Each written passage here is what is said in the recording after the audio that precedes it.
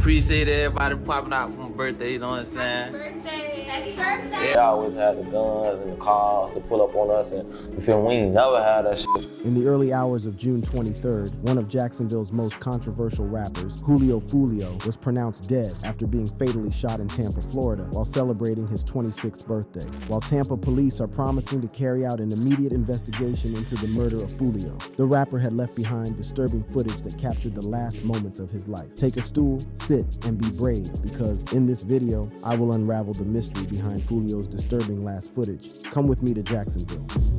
A disturbing footage.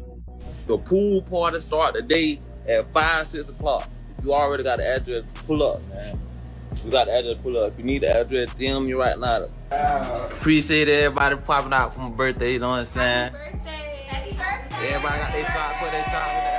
It is not a secret anymore that the Grim Reaper resides in the depths of hip-hop culture. This footage captured rapper Foolio's last moments. Nothing can prepare you for the reason he went on Instagram Live a few hours before his death. On the 23rd of July, Foolio, one of the most controversial rappers leading the new wave of hip-hop in America, was reported dead. Foolio was fatally shot right after his 26th birthday celebration, which he tagged "Best Birthday Ever." The news of Foolio's death might be shocking to someone who is not very familiar with the kind of lifestyle that Foolio had lived. Still, for an insider or someone familiar with the rap culture in Jacksonville, this would be just another murder. Foolio's birthday was on the 21st of July, practically 3 days before he was murdered. A big rapper of Foolio's status shall not use just a day to celebrate a birthday. It is almost like an unspoken rule that a birthday well celebrated must run through the entire week. So yeah, Foolio had an extended birthday celebration leading to his death on the final day. So was it a birthday celebration or a death day celebration? I will tell you. Pay attention and be brave, because aside from being complicated, this gist is not for the faint-hearted. While celebrating wild birthday parties is a norm, something was particularly different about Foolio's birthday. When I say different, I mean that it was strikingly odd, the blind could tell. We just got here, bruh. You got to add it. You got to add it, man. Push up. We just got to this bit. Tampa, Florida, man. You already got to add it to the pool party. Push up at 5:30, man. Everyone knows that no one in the game should disclose their location so casually. So I was shocked to see Foolio disclosing his whereabouts, saying pull up by 5:30, man. I want to watch the video that I just found, man. It's him literally giving the ops his every move, his every drop, and just literally saying, come get me. And you get it? Foolio spent his last days like an ordinary person, but he is not that ordinary. Plus, Foolio does not strike me as someone who does not know the consequences of his every move. Hence, I cannot tell you that this man was careless, posting his location and detailing his every move. I was beginning to think young Foolio was drunk because he has been taking shots, and he admitted that he doesn't even drink on a normal day.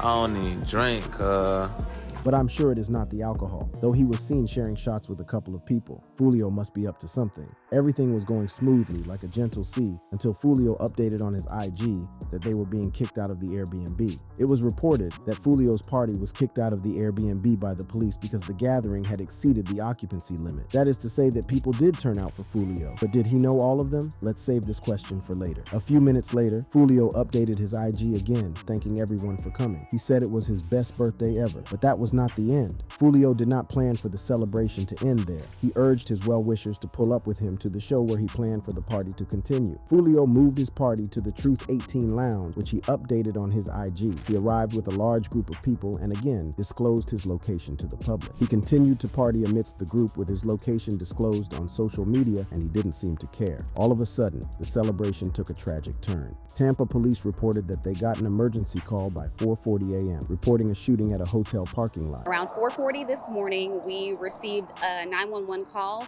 about a shooting that happened here in the parking lot behind me on McKinley and Fowler. Foolio was fatally shot to death. The news of Foolio's tragic death was not a surprise to me, not with the locations he repeatedly disclosed in a delicate situation.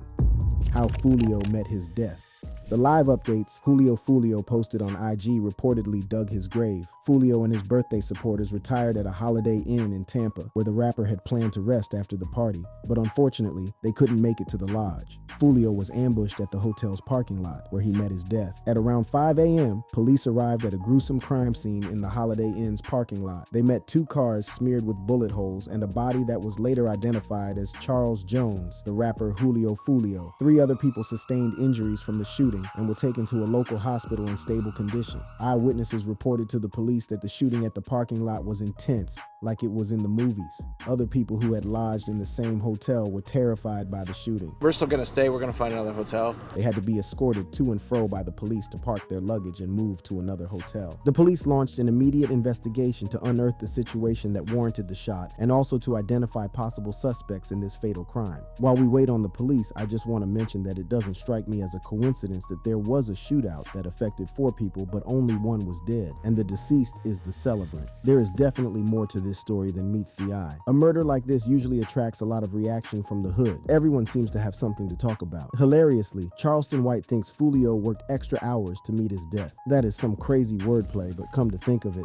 Charleston is undoubtedly talking about the events leading to Foolio's death. Oh, one thing I forgot to tell you about rapper Julio Foolio is that he got famous rapping about rappers who died in the game. This is why no one familiar with this story is surprised that Foolio was shot. The controversies around his life were enough reason to move silently, not dashing out of his location at a birthday party like an ice cream seller. At one point, I think he forgot that he was Julio Foolio. Paying very close attention to certain groups that I know are clashing with one another.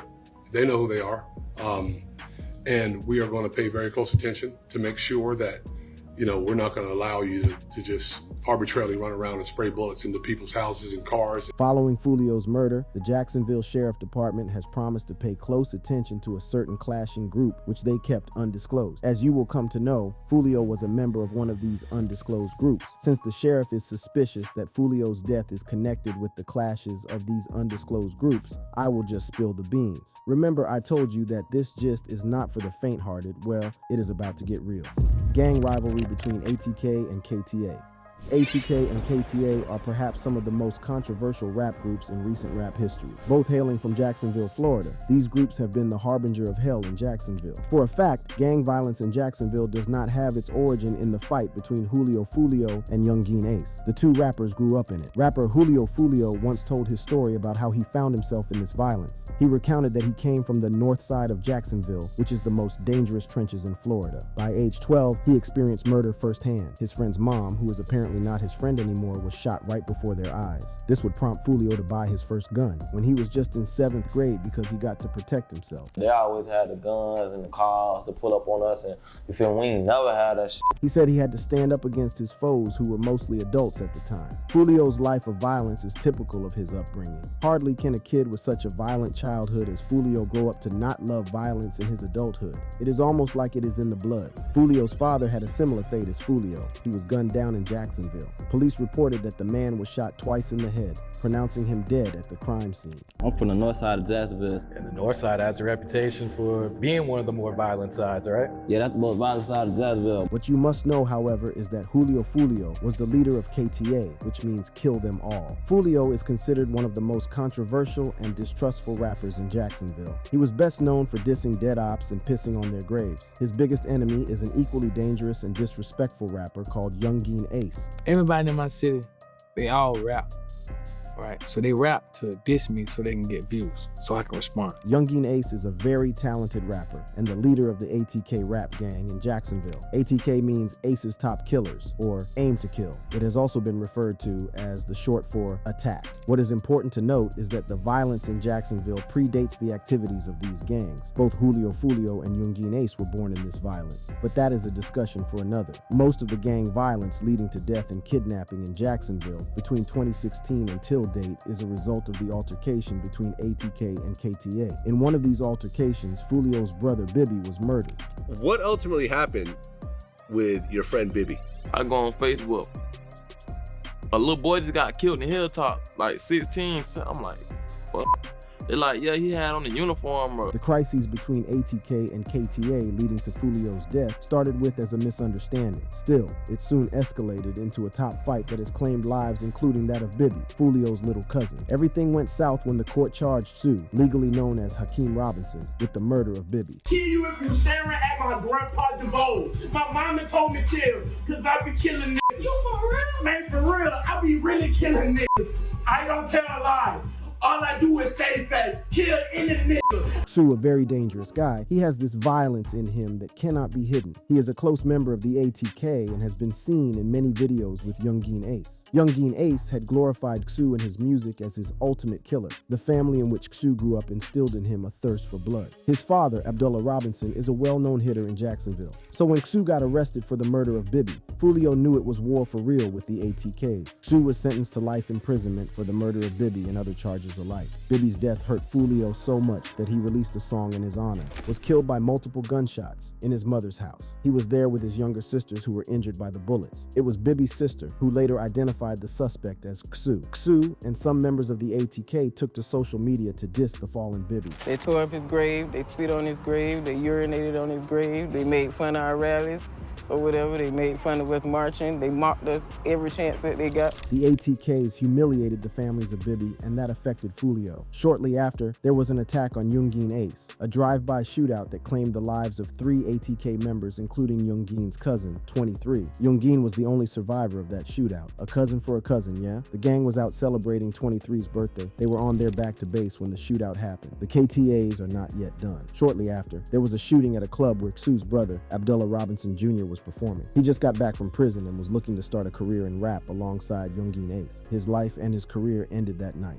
My little brother 23, my best friend, he really on the ground like Colin. 23 is to Youngin Ace what Bibby was to Foolio. Youngin Ace was pained by the death of 23, but that was not all. Shortly after 23's funeral, Foolio released a diss track and mocked late 23 in his lyrics with lines like, "Now we smoking 23, and he died on his birthday." Well, after Youngin Ace gets shot and his brother gets killed, you wore a t-shirt that said "Rest in Piss 23."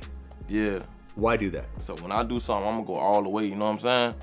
So that's what I did. I went all the way. Foolio did not only diss 23 in his song, him and his goons wore a disrespectful t-shirt with 23's picture on it saying "Rest in Peace 23" and drove around the hood with it. In a podcast with DJ Vlad, Foolio made cryptic statements that could suggest that he put the hit that killed 23, leaving Young Gene with 7 bullets in his body. Now with 23 being dead and mocked in a diss track, it seems everyone is even yet. But underneath that calm in Jacksonville, terror was lurking, like a thief in the night, waiting for the perfect time to be unleashed. Now fast forward to the present day, Foolio was killed in a shootout on the 23rd, right after his birthday celebration. Ring a bell? Just like 23, a week before his death day, Foolio had posted an invitation flyer of his birthday with the location disclosed on his social media. The first comment under the post was, "This getting shut up."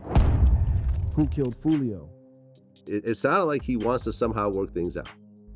Are you open to working things out with him? He want to work stuff out because he know he don't know me for real. So it's like I say, bro, I don't know him. In an interview with DJ Vlad before Foolio was killed, Youngin Ace was asked if he was ever going to settle the beef between him and Foolio. Surprisingly, Youngin said he doesn't know Foolio at all. He said he had not met Foolio before. He went on to explain that Foolio is just one of those rappers in his hood who constantly diss him for the fame and attention that comes with his name. He said Foolio wants to settle the beef because he has gotten what he wanted, the streams and the fame. The gist is that before Foolio was fatally killed, he was interviewed by DJ Vlad, where he was asked if the tension between KTA and ATK would be resolved soon. Foolio, first of all, denied knowing what KTA means. He said he only mentioned it once in his song, but the internet has given it meaning and tagged his name to it. He then went on to say that he had spoken to Youngin Ace several times about settling, and he thought that the beef between them would be settled sooner rather than later. Now, based on human analysis, I think the beef between them was far from settling. Shockingly, a few hours after rapper Foolio was killed, the most shocking and disrespectful diss track in the history of Jacksonville was released by Youngin Ace. Just a few hours later, Youngin Ace dropped a video to a diss track that he sang about the murder of Foolio. Now, if you have been following this gist, you would agree with me that dissing dead rappers happens a lot in Jacksonville, Florida. Many have reacted that rapper Foolio is getting paid in his penny, given that his success is attributed to the one too many disses he released, most of which are about dead rappers in Jacksonville. Some whispers on the street that Foolio was trying to get out of Jacksonville before he got shot, said he didn't want his fate to end up like that of his father, who was shot in Jacksonville following a random shootout. And then you see, his lifeless body being taken away into an ambulance. And as that's happening, Youngin Ace releases a diss track. Did you hear what he just said?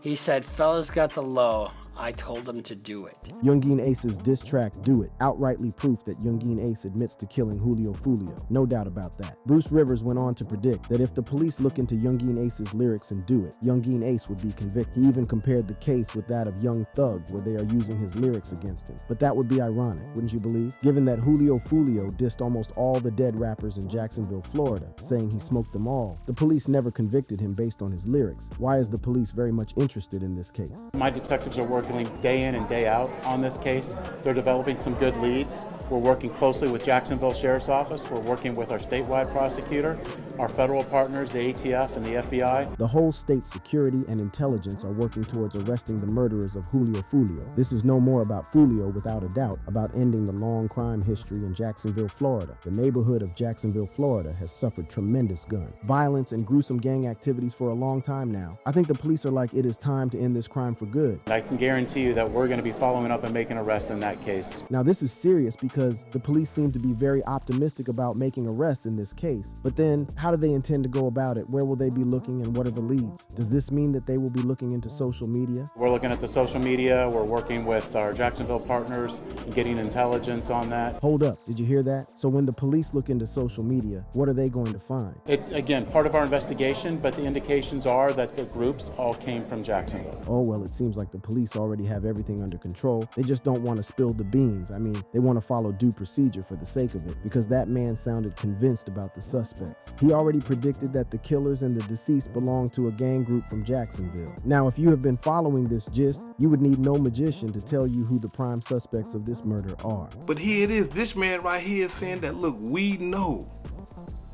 that there are two gangs fighting in Tampa and that they ain't even from Tampa. How does the police already know that the people that are involved with killing Foolio are from Jacksonville? I think they checked the social media already. Or maybe they streamed Do It, who knows? But really, I'm not surprised at all about the police having all this information. It is not a secret that Foolio's last footage was almost like a lead on its own. An investigator who is familiar with the history of gang rap and gun violence in Jacksonville would quickly connect the dots. Meanwhile, Youngeen Ace's diss track is out there getting crazy reactions from fans. Some fans are speculating that Youngeen Ace had recorded the song a week before, and some are insisting that Youngeen Ace recorded the song immediately after Foolio was murdered. Whichever way, whether Youngeen Ace recorded the song before Foolio was murdered or after Foolio was murdered, one thing is certain. Rapper Julio Foolio's death has everything to do with the long-lasting history of beef between the two gangs of Jacksonville, ATK, and KTA. Remember that there is no record elsewhere about whether or not the two rappers resolved their differences. As of right now, all we know is that the two most dangerous gangs of Jacksonville are well known for their tactical retaliation, which is often followed by a diss track, mocking the dead and disrespecting their families. It sounds similar to what is unfolding at the movement. If you enjoyed this video, click the card showing on your screen for more videos.